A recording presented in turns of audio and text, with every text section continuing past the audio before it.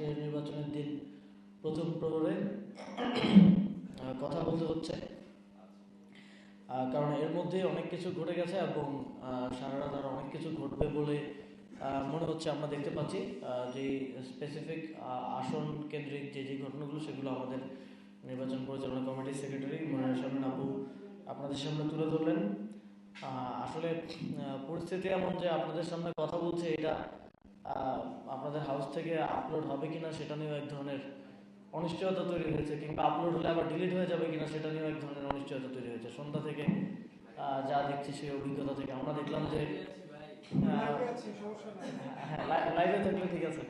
আমরা দেখলাম যে বিএনপির একজন নেতার গাড়ি থেকে অর্থ জব্দ হলো, সেই নিউজটা আবার সরিয়ে নেওয়া হলো। পরবর্তীতে আবার তার এক্সপ্লেনেশন নিয়ে 30 মিনিটের মধ্যে আবার নিউজ করা হলো। তো কিন্তু আমরা একই ধরনের ঘটনায় আজকে সকালে জামাত ইসলামের একজন তিনি প্রার্থীও নন, এটা তো প্রার্থীর ইয়াতে ছিল, জেলা আমিরের বিষয়ে সারাদিন আজকে মিডিয়া ট্রায়াল চলেছে। তো এই ধরনের বায়াসনেসের কথা আমরা সন্দেহ বলছিলাম। আমরা স্পেসিফিকলি এখানে হাতিয়া মানে নোয়াখালী 6, কুড়িগ্রাম 2, দেবিদ্বার মানে কুমিল্লা 4, ঢাকা 11 এই আসনগুলোতে কি কি সমস্যা হচ্ছে এবং এর বাইরে আর কয়েকটি আসনের বিষয়ে বললাম। এছাড়াও পঞ্চগড় 1 আসনে আপনারা জানেন যে আমাদের পার্টির উত্তরাঞ্চলের মুখ্য সংগঠক জনাব সার্জিস আলম সেখানে প্রতিদ্বন্দ্বিতা করছেন। সেখানে আমাদের একজন জাতীয় নাগরিক পার্টির পৌর আহ্বায়কের থেকে বিএনপির নেতাকর্মীরা তাকে মারধর করে, হেনস্থা করে, তার থেকে 20,000 টাকা চাঁদাবাজি করেছে একটু আগে, এই খবরটা পেলাম। আর এর বাইরে আমরা আরও দেখতে পাচ্ছি যে বিভিন্ন স্থানে কেন্দ্র দখল করা নিয়ে এক ধরনের প্রচেষ্টা চলছে।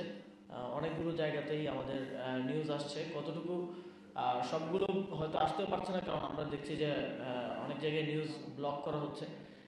অনেকেই লাইভ করে ফেসবুকের মাধ্যমে, সোশ্যাল মিডিয়ার মাধ্যমে আমাদেরকে রিচ আউট করার চেষ্টা করছেন। আর নির্বাচনের প্রথম প্রহর শুরু হওয়ার আগেই এই বিষয়গুলো শুরু হয়ে গেছে।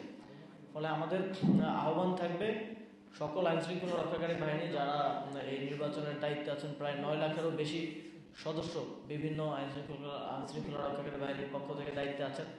আপনারা এখন থেকেই খুবই সক্রিয়তার সাথে অ্যাক্টিভলি মাঠে প্রত্যেকটি কেন্দ্র পাহারা দেওয়ার জন্য আপনাদের যে দায়িত্ব আছে সেই দায়িত্ব পালন করবেন। এবং আমাদের আহ্বান থাকবে বাংলাদেশের জনগণের প্রতি, বিশেষ করে তরুণদের প্রতি। আজকে আমরা আবারও 5ই আগস্ট পূর্ববর্তী আবার পুনরায় সেই স্ট্র্যাটেজিগুলো নেওয়ার সময় এসছে। এখন আবার যদি মেইনস্ট্রিম মিডিয়া আমাদেরকে সহযোগিতা না করে, সেক্ষেত্রে সোশ্যাল মিডিয়া থেকে শুরু করে যতটুকু সক্ষমতা আছে সেগুলো নিয়ে দেশবাসীর কাছে তুলে ধরতে হবে যে কোথায় কি কি অনিয়ম হচ্ছে। এবং তরুণদের একটা বড় দায়িত্ব, যেই গণঅভ্যুত্থানে আমাদের বন্ধুরা সহযোদ্ধারা জীবন দিয়েছেন, যেই গণতন্ত্রের জন্য বাংলাদেশের দীর্ঘদিনের লড়াই এবং সর্বশেষ গণঅভ্যুত্থানের মধ্য দিয়ে যে গণতন্ত্র পুনরুদ্ধার আমরা করতে চাচ্ছি, সেই গণতন্ত্র পুনরুদ্ধার করতে হলে আমাদেরকে আবার লড়াই করতে হবে, আবার মাঠে নেমে আসতে হবে। আপনাদের যার বাড়ির আশেপাশে, যার আশেপাশে যেই কেন্দ্র আছে, সেই কেন্দ্র পাহারা দেওয়া, সেই কেন্দ্রে যেন ভোট চুরি না হয়, আজকে রাতটা যেন সেই কেন্দ্রটা নিরাপদে থাকে সেটা নিশ্চিত করা আপনাদের দায়িত্ব। এবং একই সাথে আজকে রাতে যে প্যানিক সৃষ্টি করা হলো, বিভিন্ন জায়গায় কেন্দ্র দখলের চেষ্টা করে হামলা করে যে প্যানিক সৃষ্টি করলো বিএনপির পক্ষ থেকে, সেই আতঙ্কিত হয়ে কেউ যাতে আবার ভোট কেন্দ্রে আসার ক্ষেত্রে নিরুৎসাহিত না হয় সেটা নিশ্চিত করাও আমাদের দায়িত্ব। এবং বাংলাদেশের জনগণের প্রতি আমাদের জাতীয় নাগরিক পার্টির পক্ষ থেকে এবং বাংলাদেশের একজন নাগরিক হিসেবে আমাদের পক্ষ থেকে আহ্বান থাকবে যে অবশ্যই আপনাদেরকে ভোট দিতে হবে। যে কোনো পরিস্থিতিতে আপনাদেরকে ভোট দিতে হবে। কেন্দ্রে কোনো ঝামেলা চলছে বা রাতে ঝামেলা হয়েছে, এই কথা মাথায় রেখে যদি কেউ ভোট না দিতে যান, তাহলে আর পরিবর্তন আসবে না। তাহলে যা কিছু আগের মতো ছিল, আবার আমরা আগের পরিস্থিতির দিকে, আবারও 5ই আগস্টের পূর্বের বাংলাদেশের দিকে ফিরে যেতে যাচ্ছি। এবং এর ভয়ানক রূপ সম্পর্কে আমরা সবাই অবগত। তো যদি আমরা এই আতঙ্কিত হয়ে বা বিভিন্ন এই হামলার ঘটনা কিংবা ভয় ভীতি যেটা তারা আগের রাত থেকেই দেখানোর চেষ্টা করছে, সেই ভয় ভীত হয়ে ভোট না দেই, বাংলাদেশের জনগণ ভোট না দেন আপনারা, তাহলে আবারও আপনাদের সন্তানকে জীবন দিতে হতে পারে।